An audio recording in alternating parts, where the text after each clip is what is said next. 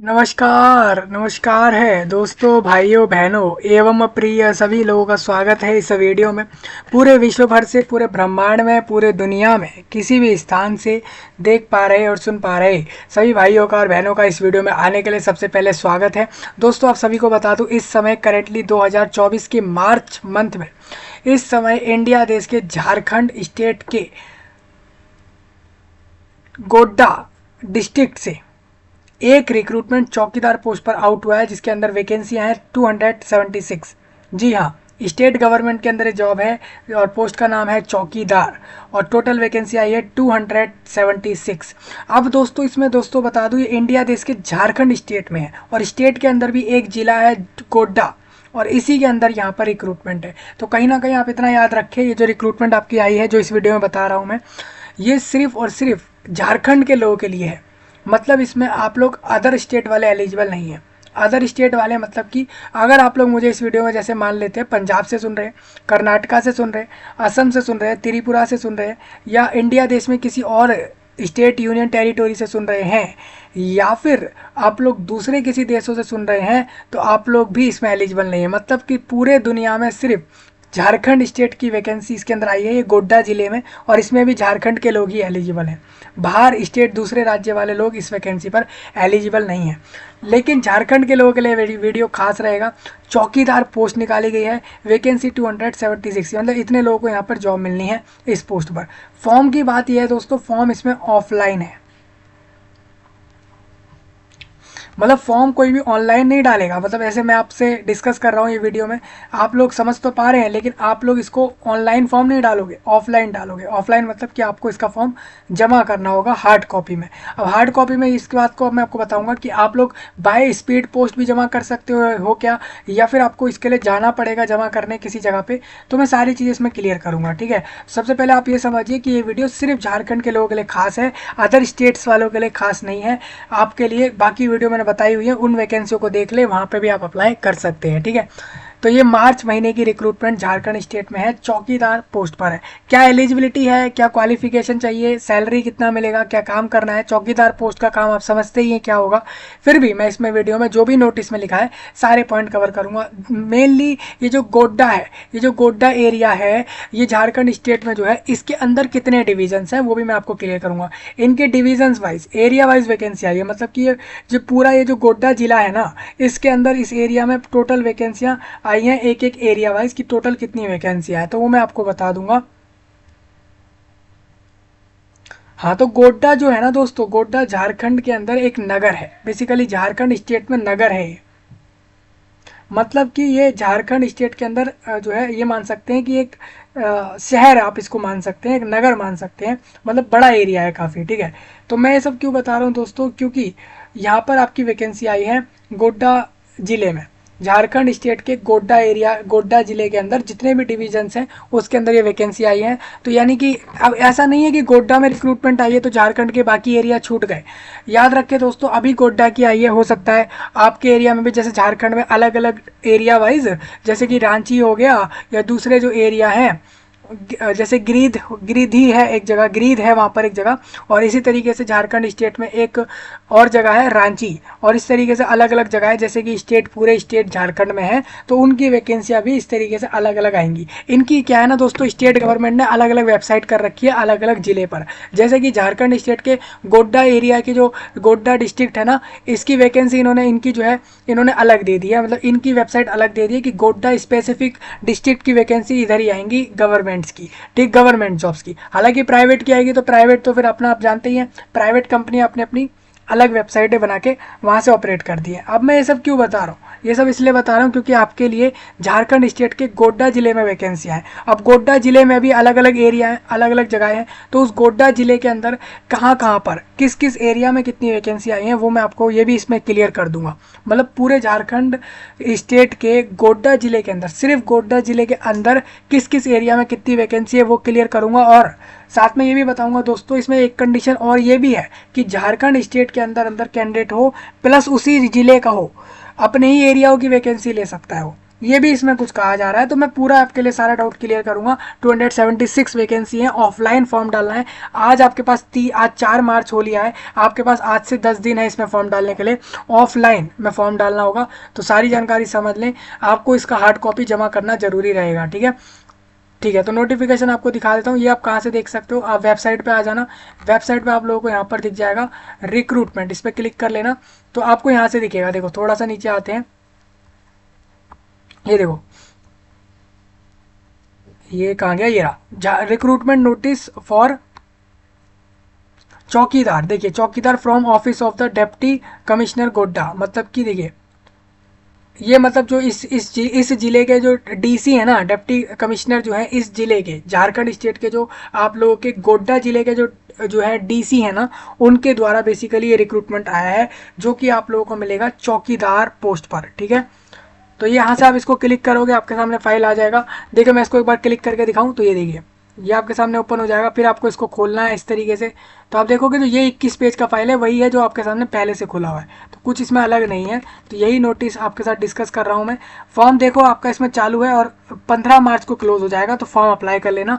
Offline apply होगा, मतलब जो इसके अंदर फॉर्म आपको दिया हुआ है इसी नोटिस के अंदर, उसका आपको प्रिंट निकालना होगा और उस प्रिंट को ही आपको लगाकर इसके लिए फॉर्म जमा करना होगा, ठीक है। तो मैं इसको पूरा डिस्कस कर लेता हूँ आपके साथ। सबसे पहले देखिए, जिला दंडाधिकारी सह उपायुक्त का कार्यालय गोड्डा, स्टेट के गोड्डा एरिया से आया है, जिसमें कहा है कि 15 मार्च तक फॉर्म भर दो। जिला के अंतर्गत चौकीदार के पद पर सीधी यानी डायरेक्ट रिक्रूटमेंट है। माननीय उच्च न्यायालय झारखंड रांची के द्वारा याचिका इन्होंने दे दी है सलन चम्मिया और एवं अन्य बनाम झारखंड राज्य में, ठीक है, को पारित आदेश और भगवान महतो बनाम झारखंड राज्य एवं अन्य को पारित आदेश तथा यहाँ पर गृह कारा एवं आपदा प्रबंधन विभाग झारखंड रांची के अधिसूचना यहाँ पर देख सकते हो 2032 के हिसाब से, 2015 के हिसाब से, उसकी नियमावली के हिसाब से ये रिक्रूटमेंट हो रही है। बेसिकली ये रिक्रूटमेंट किस बेस पर करा पा रहे हैं उसके बारे में उन्होंने बोला है। मतलब कह रहे हैं काफ़ी सारे जो है आप लोगों के न्यायालयों के आदेश आए, कोर्ट के ऑर्डर आए, उसके भी यहाँ पर हमें रिक्रूटमेंट करा रहे हैं, जिसके अंदर हम कह रहे हैं कि हमें कोर्ट के द्वारा इंस्ट्रक्शन मिले हैं कि हमें ये रिक्रूटमेंट करानी है, जो कि आप लोगों की रहेगी कि अनुपालन में ग्रामीण चौकीदार के पदों पर हम सीधी भर्ती करा रहे हैं, ठीक है। जो भी लोग इसमें एलिजिबल हो फॉर्म भर सकते हैं। चौकीदार पोस्ट का नाम है, 276 वैकेंसी हैं। आपको बता दूँ जनरल वालों की 135 हैं और SC ST और OBC और पिछड़ा वर्ग और अकाबा अत्यंत पिछड़ा वर्ग जो भी है, मतलब इन वर्ग से जो लोग भी आ रहे हैं अपनी अपनी वैकेंसी देख सकते हो। अब बात आती है मार्गदर्शन प्राप्त होने अन्य न्यायालयीय विभागीय आदेश के आलोक में, वही सब कह रहे हैं, संशोधन को रद्द भी किया जा सकता है। मतलब कह रहे हैं कि मान के चलो ऊपर से हमें कह दिया गया, कोर्ट द्वारा अगर ऐसा कुछ कह दिया गया, कोर्ट ने कहा इस वैकेंसी को कैंसिल करो, तो हम इसको कैंसिल भी कर सकते हैं आगे। अभी तो आप फॉर्म भर दो, मान लो इस वैकेंसी को आगे चल के हटाना हुआ तो हम हटा सकते हैं। आरक्षण देख लो किसको मिलेगा। आरक्षण झारखंड सरकार के द्वारा जिला स्तरीय मुफस्सिल स्थापना के लिए लागू आरक्षण, आदर्श आरक्षण। मतलब दोस्तों क्या है, मैं आपको बताता हूँ। पर्यटन, कला, संस्कृति, खेलकूद एवं युवा कार्य विभाग के संकल्प खेलकूद कोटा के खिलाड़ियों के लिए 2% देखिए, मतलब स्पोर्ट पर्सन के लिए टोटल वैकेंसियों की 2% वैकेंसियाँ हैं। यानी कि अगर आप देखते हो ये वैकेंसी 300 के करीब है, तो 2% इसका कितना हो जाएगा, करीब करीब 5 वैकेंसी आप मान सकते हो। 4 या 5 वैकेंसी स्पोर्ट पर्सन के लिए होंगी इसके अंदर, ठीक है। इसी तरीके से अपनी अपनी वैकेंसी यहाँ से आप समझ सकते हैं किसके लिए कितना रिजर्वेशन है। बेसिकली इन वैकेंसियों को वही लोग लेंगे जिनके एरिया में आई है, ठीक है। पूरा झारखंड भी शायद इसमें एलिजिबल नहीं है। देखिए इन्होंने साफ साफ कहा है बीट संख्या। आप देखिए, आप जब वैकेंसी लोगे ना, अप्लाई करोगे, तो रिक्त पदों पर विवरण और बीट संख्या ग्राम नाम सहित इन्होंने दे रखा है। मतलब कि पूरे डिस्ट्रिक्ट में किस एरिया में, आपको पता है जिले के अंदर काफ़ी एरिया होंगे, उस एरिया में जहाँ पर ये वैकेंसी है उसको देखना है कि उस एरिया में कितनी वैकेंसी है, फिर वहीं पर अप्लाई करना है। एज इसमें 18 चाहिए, मैक्स टू मैक्स 35 होना चाहिए। अगर पिछड़ा वर्ग का है तो 37 होना चाहिए। अगर वो महिला है और अनरिजर्व्ड है तो भी वो 30 एज तक फॉर्म भर सकते हैं। तो अपनी अपनी एज है, आप यहाँ से देख सकते हो कितनी एज चाहिए इस पर अप्लाई करने के लिए। अभ्यर्थी को संबंधित लिस्ट बीट क्षेत्र का स्थायी निवासी होना अनिवार्य है। वही मैं कह रहा था दोस्तों, इसके अंदर इसका मतलब क्या हो जाता है कि इसके अंदर झारखंड स्टेट के लोग प्लस उसके अंदर भी वो लोग गोड्डा जिले के ही निवासी हैं, गोड्डा जिले में ही कहीं भी रहते हैं, तो वही लोग एलिजिबल हैं। तो सिर्फ गोड्डा वालों की वैकेंसी आई है। और ये ऐसा नहीं है कि आपके लिए ही आई है, ये पूरे स्टेट में एरिया वाइज यहाँ पे वैकेंसियाँ निकलती रहती हैं। अभी गोड्डा वालों की आ रखी है, तो गोड्डा वालों के लिए ही ये वीडियो खास रहेगा। तो गोड्डा वालों से यही कहूँगा कि आप लोग यहाँ के स्थायी निवासी होने चाहिए। गोड्डा के अंदर भी जिस बीट की मतलब जिस एरिया की वैकेंसी लेने जा रहे हो ना, वहाँ के आप लोग परमानेंट रेसिडेंट स्थायी निवासी मतलब कि वहाँ के आप लोग निवासी हो, वहाँ वहीं पर रहते हो तो ही ले सकते हैं। अभ्यर्थी को साइकिल चलाने आने का ज्ञान आवश्यक है। भाई साइकिल चलानी आती हो तभी फॉर्म भरना।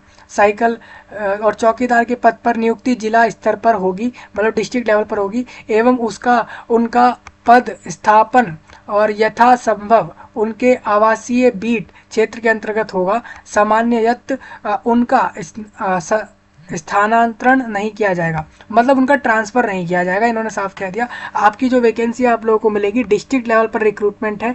और ये साफ साफ कह रहे हैं कि जहां आप लोग डिस्ट्रिक्ट में जिस एरिया में रहते हो, जिस बीट की वैकेंसी आपको लेनी है, वहीं का आपका निवास होना चाहिए, वहीं के आप रहने वाले हो, तो ही इस वैकेंसी को आप ले सकते हो। इन्होंने ये साफ साफ कर दिया है, ठीक है। तो जिले के अंदर भी इन्होंने एरिया वाइज कह दिया कि वहीं का कैंडिडेट फॉर्म भरेगा और वहीं की वैकेंसियों को लेगा। नियुक्ति प्रक्रिया सिंपल है। इसके अंदर कैसे रिक्रूटमेंट होगा, रिटर्न एग्जाम होगा इसके अंदर, ठीक है। सर्वप्रथम अभ्यर्थी की लिखित परीक्षा 50 अंकों की ली जाएगी। 50 मार्क्स का एक एग्जाम होगा। रिटर्न एग्जाम जिला से संबंधित सामान्य मतलब कि गोड्डा जिले से जुड़ी हुई बातें पूछेंगे, जैसे कि सामान्य ज्ञान पूछ लिया, जीके पूछ लिया, और स्थानीय भाषा मतलब कि उस जगह पर जो भाषा लोग बोल रहे हैं उसके बारे में क्वेश्चन पूछ लेंगे। और ये जो रिटर्न एग्जाम होगा इसमें 30 मार्क्स कम से कम लाने हैं, ठीक है। 30 मार्क्स मतलब 50 का 30% कितना हो जाएगा, वो हो जाएगा 15 से ऊपर नंबर लाने वालों को ही सिलेक्ट करेंगे। बता दूं जितनी वैकेंसी दी है उसके 3 टाइम्स लोगों को ये लोग लेंगे। जैसे कि 276 वैकेंसी हैं, तो 900 के करीब लोगों को ये फाइनल सिलेक्ट करेंगे एग्जाम के अंदर आगे भेजने के लिए।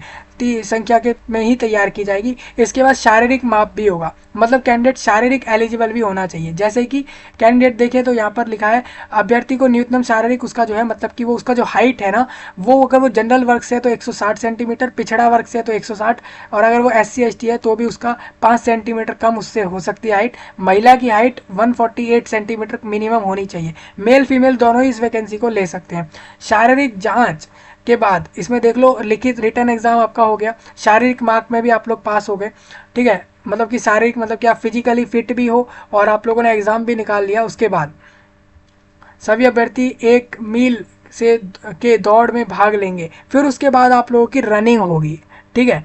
तो रनिंग में इन्होंने क्या बोला आप देख सकते हो, 1 मील की दौड़, एक जो है आपकी मील की यहाँ पर दौड़ होगी। आपको बता दूं यहाँ पर पुरुष लोग मेल लोग जितने भी होंगे उनको 5 मिनट या उससे पहले कंप्लीट करना है। अगर कर लेते तो 20 नंबर मिलेंगे, अगर 5 मिनट से 6 मिनट के बीच में समय ले रहे हैं तो 10 नंबर मिल जाएंगे। महिलाओं को भी ये रनिंग करनी होगी, मतलब उनको भागना होगा 1 मील करीब उनको भागना है। और वो आप लोग मील, अगर आपको मील समझ नहीं आता, जैसे कि आपको पता नहीं है कि मील क्या होता है, तो मील को आप किलोमीटर में करके देख लो कि भाई कि 1 मील में कितने किलोमीटर जो भी हो रहे हैं या कितने मीटर हो रहे हैं, तो वहाँ से आप समझ सकते हो कि आपको एक्चुअल में कितनी दूर तक भागना होगा, जिसके ब्याह पर आपको ये नंबर मिल जाएंगे। तो ये नंबर इन्होंने बता दिए हैं कि एक तो एग्ज़ाम होगा, PST PET होंगे, इसके ब्याह पर सिलेक्शन होगा, चौकीदार पोस्ट है, ठीक है। तो ये पूरा सिलेक्शन प्रोसेस यहाँ लिखा है, आप देख सकते हो। आपकी जो फाइनल मेरिट लिस्ट बनेगी वो रिटर्न एग्जाम में लाए गए मार्क्स और शारीरिक जांच के आधार पर बनेगी, ठीक है। इसमें मेडिकल एग्जाम भी होगा आप लोगों का कि भाई मेडिकली फिट है या नहीं, वो भी चेक होगा। परिवीक्षा मतलब चौकीदार के पद पर बहाली परिवीक्षा आधार पर ली जाएगी, ठीक है। परिवीक्षा की अवधि 2 वर्ष की होगी, मतलब प्रोबेशन, बेसिकली 2 साल तो कैंडिडेट जो इसमें रिक्रूट होगा वो बेसिकली वो 2 साल तो टेम्पररी ही रहेगा उस पोस्ट पर, 2 साल बाद वो चौकीदार पोस्ट पर परमानेंट होगा, ठीक है। 2 साल उसको अच्छे से काम करना है, संतोषजनक नहीं पाई जाती, मतलब कि भाई सेटिस्फैक्ट्री काम नहीं किया इसने, 2 साल ऐसा काम नहीं दिया इसने, इसने इस तरीके से काम नहीं किया चौकीदार पोस्ट पर 2 साल तक में भी जैसा हमें चाहिए था, तो हम उसको बाहर कर सकते हैं। अदरवाइज अगर अच्छा काम होगा तो 2 साल बाद वही उस पोस्ट पर परमानेंट हो जाएगा जो चौकीदार पोस्ट पर रिक्रूट होगा यहाँ पर। ठीक है, सिंपल सा एग्जाम है दोस्तों, 50 नंबर का एग्जाम है, 15 से ऊपर नंबर लाने हैं सिर्फ 50 नंबर के एग्जाम में।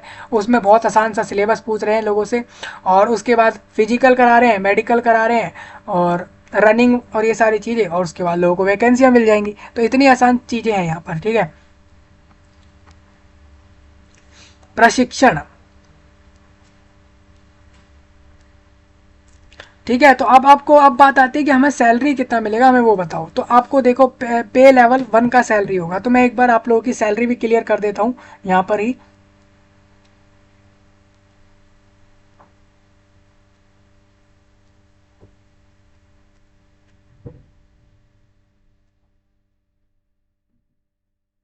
सैलरी का मैं आपको क्लियर कर रहा हूँ दोस्तों, सैलरी कितना रहेगा आप लोगों का।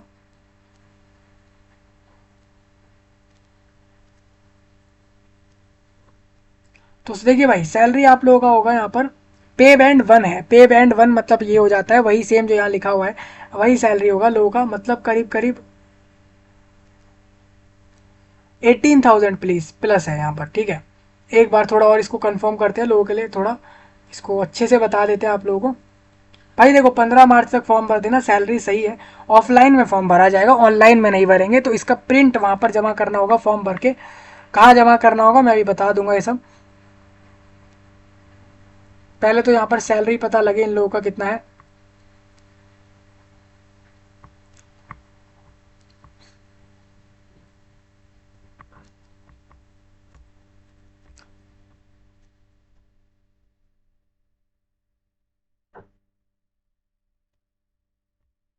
देखिए भाई, सैलरी यहाँ पता लग चुका है आप लोगों का, 18,000 से लेके 56,000 तक का है, यानी करीब करीब लोगों को 20-25 हज़ार रुपये पर मंथ मिल रहा है। ये देखो, ये सैलरी नहीं लिखा है, ये पे बैंड लिखा है। बेसिकली ये पे बैंड है, ये कुछ है एक पे बैंड, मैं आपको अलग से वीडियो दूंगा, सारे पे बैंड भी समझा दूंगा एक वीडियो में कि भाई ये पे बैंड 1 2 3 4 ये होता है क्या है। लोग पे बैंड को भी कई बार सैलरी समझ लेते हैं, ये आपका सैलरी नहीं है। ठीक है, इसको देख कर अभी देखिए, पे बैंड को कोई समझ लेगा कि उसको ये पे बैंड दिया है, बाद में कोई पागल बना रहा हो आपको 5,000 ही रुपये की सैलरी दे रहा हो, तो ऐसा ना करे। ठीक है, क्योंकि ये पे बैंड है, बेसिकली ये सैलरी नहीं है आप लोगों का। सैलरी आप लोगों का 18,000 से लेके 50,000 के बीच में है, सैलरी एक्चुअल में ये है, यानी करीब करीब आप लोगों को 18,000 रुपये या फिर 25,000 रुपये के करीब पर मंथ शुरू में ही मिलेंगे। हर महीने आपको 30 दिन के अंदर अंदर ये 25,000 रुपये मिल रहे होंगे इधर इन वैकेंसियों पे। ठीक है, ये वेतनमान मैंने आपको क्लियर कर दिया भाई, 20 से 25,000 रुपये शुरू में ही मिल जाएंगे, धीरे धीरे बढ़ता रहेगा। 2 साल प्रोबेशन चलेगा। प्रोबेशन मतलब भाई सिंपल है कि आपको 2 साल ऐसा काम करना है कि आपको कोई हटा ना सके उस वैकेंसी से, और उसके बाद आपकी यही पोस्ट परमानेंट हो जाएगी। ये स्टेट झारखंड के गोड्डा के अंदर वैकेंसी है, सिर्फ गोड्डा के ही लोग वैकेंसी लेंगे, और गोड्डा में भी जिस एरिया की वैकेंसी कैंडिडेट लेना चाह रहा है उसी वैकेंसी को वो अप्लाई करेगा। और स्पेशली खासकर जिस वैकेंसी को लेना चाह रहा है उसको ध्यान रखना है कि वो उसी एरिया का भी हो। ठीक है, वहीं रहता हो उधर ही उधर में, तो फॉर्म भर के ले सकता है वैकेंसी। ठीक है, थोड़ा आगे बढ़ते हैं। आवेदन करने की प्रक्रिया सिंपल है, ऑफलाइन में फॉर्म भरा जाएगा। इसके अंदर कैंडिडेट को अपना जो है क्वालिफिकेशन सर्टिफिकेट और ये सारी चीज़ें लगानी पड़ेंगी फॉर्म में, फोटो लगाने पड़ेंगे, ये सारी चीज़ें लगानी होंगी जो यहाँ पर लिखी हैं, तो इसको आप चेक कर लेना। मैं थोड़ा आगे बढ़ रहा हूँ। देखिए, ये फॉर्म का फॉर्मेट रहेगा, आपको करना क्या है, पेज नंबर 5 को और ये पेज नंबर 6 को आप इन दोनों को प्रिंट निकलवा लो। ठीक है, नोटिफिकेशन इतना ही है दोस्तों। सिलेबस आपने समझ लिया, आपने यहाँ पर देखा इन्होंने कहा हम आपका एग्जाम लेंगे, दोबारा दिखा दो इसको। हाँ, इसमें एग्जाम में देखो इन्होंने बता दिया संबंधित सामान्य ज्ञान, भाई जीके पूछ रहे हैं। ठीक है, और जनरल नॉलेज पूछ लिया आप लोगों से, उसके अलावा इन्होंने पूछ लिया गोड्डा में जो लोग भाषा जो भी जिसमें भी बात कर रहे हैं उससे जुड़ी हुई बात पूछ ली। तो बस इतना सा तो एग्जाम है, बहुत आसान से निकल जाएगा ये एग्जाम। ठीक है, तो आप लोगों ने ये समझ लिया कि इसमें एलिजिबिलिटी क्या है, आपने समझ लिया। क्वालिफिकेशन मैं आपको भी बता दूंगा। सैलरी आपने समझ ली, 20,000 के करीब है। Selection exam, physical, medical, DV यानी डॉक्यूमेंट वेरीफाई और ज्वाइनिंग हो जाएगी। 2 साल प्रोबेशन, फिर परमानेंट। 20,000 25,000 करीब सैलरी होगी पर मंथ में। आवेदन करने का प्रोसेस इन्होंने यहाँ दे ही दिया है। अब इसके अंदर इन्होंने फॉर्म दिया है, तो फॉर्म इस तरीके से भरेंगे आप, ये देखिए इसको प्रिंट निकालेंगे। इसमें आपको भरना है गृह जिला, यहाँ पर आप डालेंगे, और अंचल का नाम और बीट संख्या। अब ये बीट संख्या और अंचल का नाम मैं ये आपको बताता हूँ कहाँ से देखा जाएगा। यहाँ पर अपनी फोटो चिपका लेंगे आप, ठीक है। और इसके बाद आप बढ़ेंगे आगे, तो यहाँ पर आप डालेंगे अभ्यर्थी का नाम बड़े अक्षरों में, मतलब कि हिंदी में आपको यहाँ पर पूरा लिख देना है अपना नाम, फिर इंग्लिश में अपना नाम लिखना है, और पिता या फिर पति का नाम, अगर मैरिड है तो आप लोग पति का नाम डाल दो, नहीं तो आप अनमैरिड हो तो आप लोग मेल फीमेल दोनों ही अपने फादर का नाम दोगे। फिर सेम जन्म तिथि यानी डेट ऑफ बर्थ कितनी है भाई, अंकों में बताना है कि भाई इस दिन, शब्दों में फिर यहाँ पर, ठीक है, जैसे कि दिनांक इतने को, उम्र, इस तरीके से अंकों में बताना है कि भाई कितने डेट की जन्म तिथि क्या है। अंकों में मतलब कि भाई डेट बतानी है यहाँ पे, ठीक है, मतलब कि मेरा इस दिन इस तारीख को जन्म हुआ, इस तारीख को बर्थ हुआ, फिर उसी को वर्ड में लिख दिया, जैसे कि 10 तारीख को हुआ तो 10 शब्द में लिख दिया 10, ठीक है। फिर उसने बताया कि भाई वर्ष माह दिन, फिर उसने बताया कि भाई 2002 के यहाँ पर अंकों में 2002 उसको लिखना है नंबर में। फिर उसके बाद उसको लिखना है कि यहाँ पर माह में लिख देना है कि 04 अप्रैल में, फिर उसको लिखना है 01 यानी कि 1 अप्रैल को उसका जन्म हुआ, तो 01 मतलब पहला, ये वो डेट में अगर वो 01 डाल रहा है इसका मतलब पहली तारीख हो जाएगा, महीने में 04 डालेगा इसका मतलब वो अप्रैल हो जाएगा। इस तरीके से नंबर में लिखना है इसको, वर्ड में ऊपर लिख देगा, और उसके बाद वो लिखेगा कि उसका जो है क्षेत्रीय भाषा कौन सी है वो यहाँ बता दे, अभ्यर्थी अपना स्थायी पता दे दे कि वो कौन से ग्राम, कौन से पंचायत और का है, और उसके वहाँ पर पोस्ट कौन सा है, थाना कौन सा है, ये सब चीज़, जिला का नाम बताना है उसको, जो कि यहाँ पर गोड्डा आएगा, जो भी रहेगा वो यहाँ दिया जाएगा। मोबाइल नंबर, मेल आईडी देनी होगी यहाँ पर, पत्राचार का पता आपको देना होगा, मतलब अपना एड्रेस, अपना खुद का जो फॉर्म भर रहा है ना उसको अपना एड्रेस देना है, और आवेदित पद का नाम, चौकीदार है तो पहले से फिक्स रहेगा, और शरीर पर 2 चिन्ह का निशान अगर है तो कोई, अगर नहीं है तो आप इसमें छोड़ देंगे इसको, नो उसको वो है नहीं नहीं करके भी आप आगे बढ़ सकते हैं। कोई चिन्ह अगर कोई है आपके ऊपर बॉडी पर तो वो आप बता सकते हैं। फिर उसके आगे बढ़ जाते हैं, यहाँ पर मैट्रिक यानी 10th का आपको बताना है कौन से बोर्ड से किया, और उत्तीर्णता कि भाई आप किस साल में आपने पास कर लिया, किस बोर्ड से किया, कितने में से कितने मार्क्स बने, प्रतिशत आपको बताना है, उसके बाद परसेंटेज लिख देनी है। अन्य मिनिमम इसके ऊपर अप्लाई करने के लिए सिर्फ कैंडिडेट 10th पास होना चाहिए, किसी भी बोर्ड से पास आउट है उसका फ़र्क नहीं पड़ता, 10th पास आउट हो, झारखंड स्टेट का ही निवासी हो, उसमें भी वो गोड्डा में ही रहता हो, गोड्डा के अंदर भी उसी एरिया में रहता हो जहाँ की ये वैकेंसी ले रहा है, ठीक है। ये फॉर्म पूरा भर लेना सही से, ये 2 पेज का है बस, यहाँ पर अपना साइन कर देना, डेट और एड्रेस अपना स्थान डाल देना, और इस तरीके से फॉर्म भर जाएगा। अब फॉर्म तो भर गया, अब ये फॉर्म जमा कैसे होगा उसके बारे में मैं बात करूँगा। सबसे पहले ये समझिए, ये जो गोड्डा है,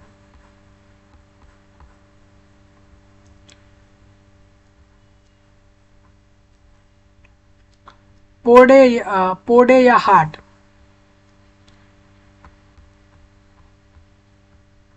देखिए गोड्डा के अंदर इनकी वैकेंसी मैं आपको दिखाता हूँ। गोड्डा के अंदर 42 वैकेंसी आई हैं इसी रिक्रूटमेंट पे, उसी में थोड़ा आगे बढ़ूंगा। इसके अंदर बीट के संबंध और ग्रामों का नाम इन्होंने यहाँ पर दे रखा है, आप लोगों को देख सकते हैं यहाँ से। बीट की संख्या, बीट संख्या, ये बीट संख्या जो है ना डिसाइड करी गई है, वो बीट संख्या स्टेट गवर्नमेंट के पास है कि भाई कैसे कैसे है, वो डिसाइडेड है आपके स्टेट में। आपको ये नहीं सोचना है कैसे बनी, अभी इतना ना सोचे, वैकेंसी पे अप्लाई कर दें। 42 वैकेंसियाँ तो गोड्डा में आई हैं, सिर्फ गोड्डा में, आपको दिखा रहा हूँ यहाँ से। फिर पोडे या हाट में आप देख सकते हैं वैकेंसियाँ। उसके आगे बढ़ूंगा, यहाँ पे सुंदर पहाड़ी के अंदर आप लोग देख सकते हैं वैकेंसी। अभी मैं सबसे पहले इसमें लास्ट पेज पर आता हूँ आपको लेकर।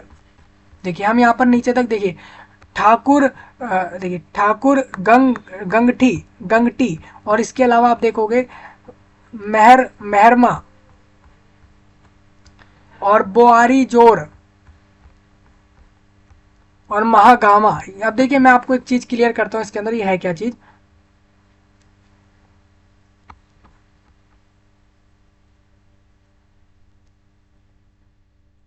महागामा जो है ना दोस्तों आपका झारखंड में ही शहर है, ठीक है। और इसी के अलावा मैं आपको एक चीज और बता देता हूँ यहाँ पे, बसंत राय भी आप लोगों का जो है एक एरिया है आपके स्टेट झारखंड में। अब देखिए पत्थर गामा का मैं आपको क्लियर करता हूँ।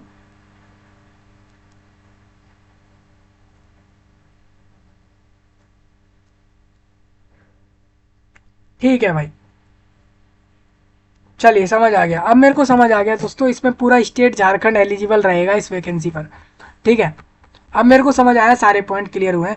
इन्होंने कहा है कि डिस्ट्रिक्ट लेवल पर गोड्डा के अंदर ये रिक्रूटमेंट कह रहे हैं, मतलब गोड्डा के ऊपर ये वैकेंसी आई है।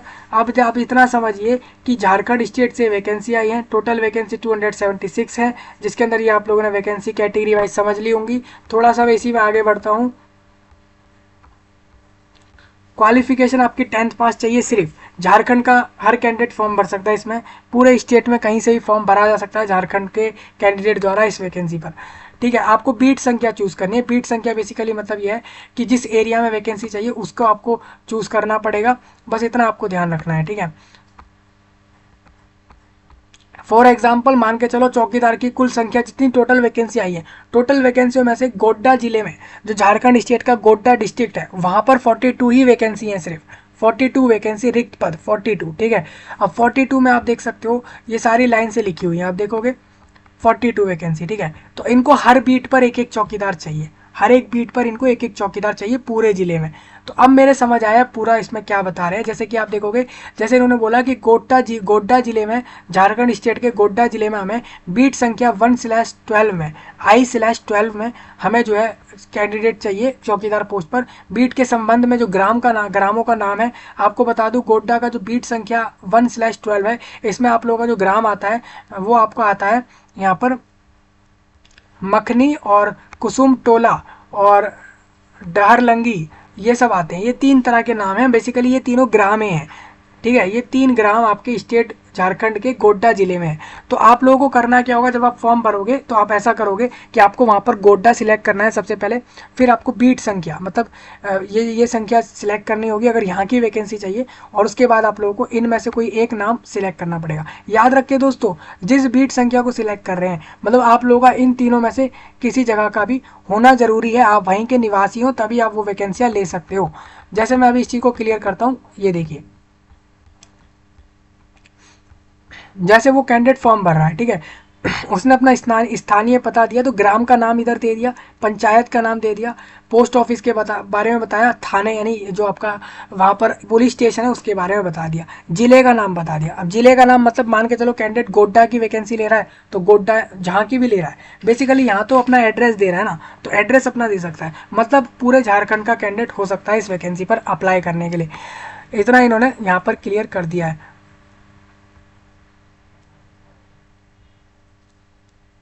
ठीक है भाई, तो ये फॉर्म में आप लोगों को आप समझ आया होगा। इसमें तरीका ये है कि भाई कैंडिडेट अगर गोड्डा जिले की वैकेंसी लेगा तो वो यहाँ पर लिखेगा कि वो कौन सी जगह की वैकेंसी ले रहा है, बेसिकली उस एरिया को यहाँ मेंशन करेगा। बेसिकली मान के चलो उसको बोल रहा है कि मैं गिरा जिले, अंचल का नाम और बीट संख्या वो यहाँ पर बताएगा।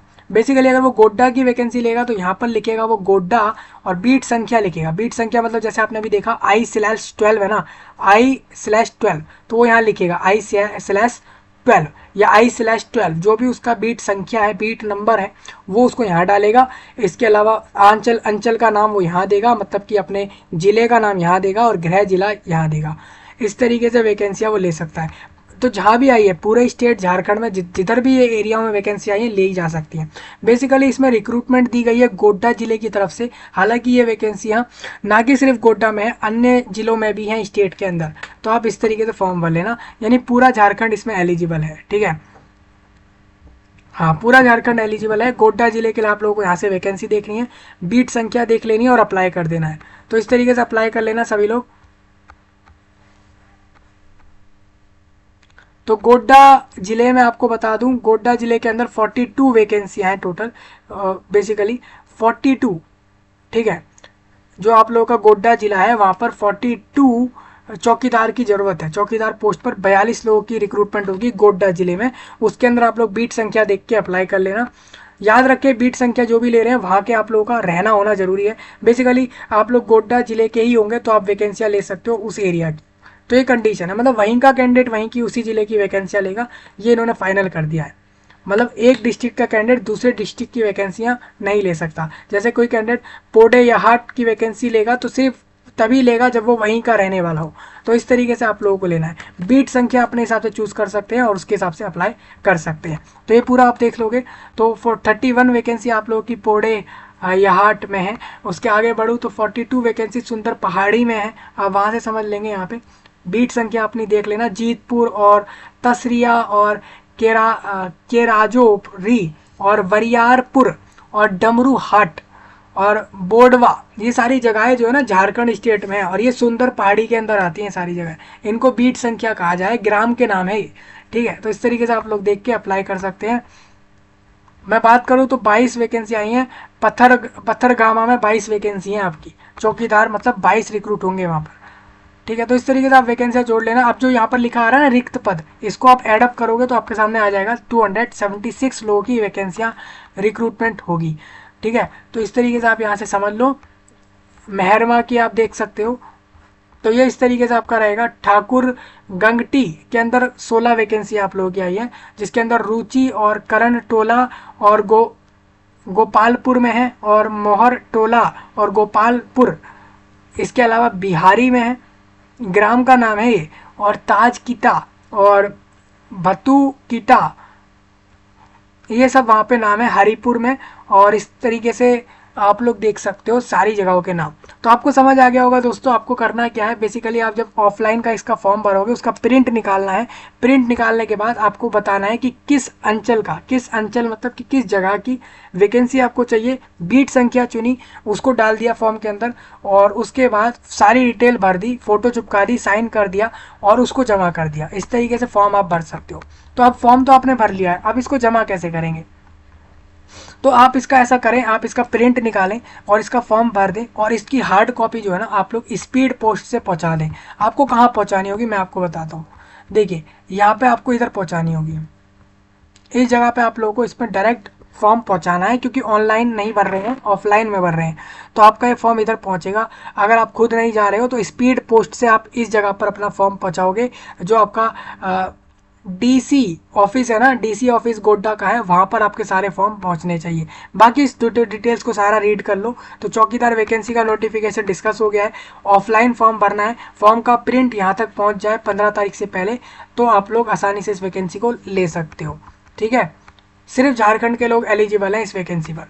कोई डाउट हो इस रिक्रूटमेंट से जुड़ा कमेंट में बताना। इस जानकारी को जरूर शेयर करना। मिलूंगा आपसे जल्द ही, तब तक के लिए आप सभी का धन्यवाद।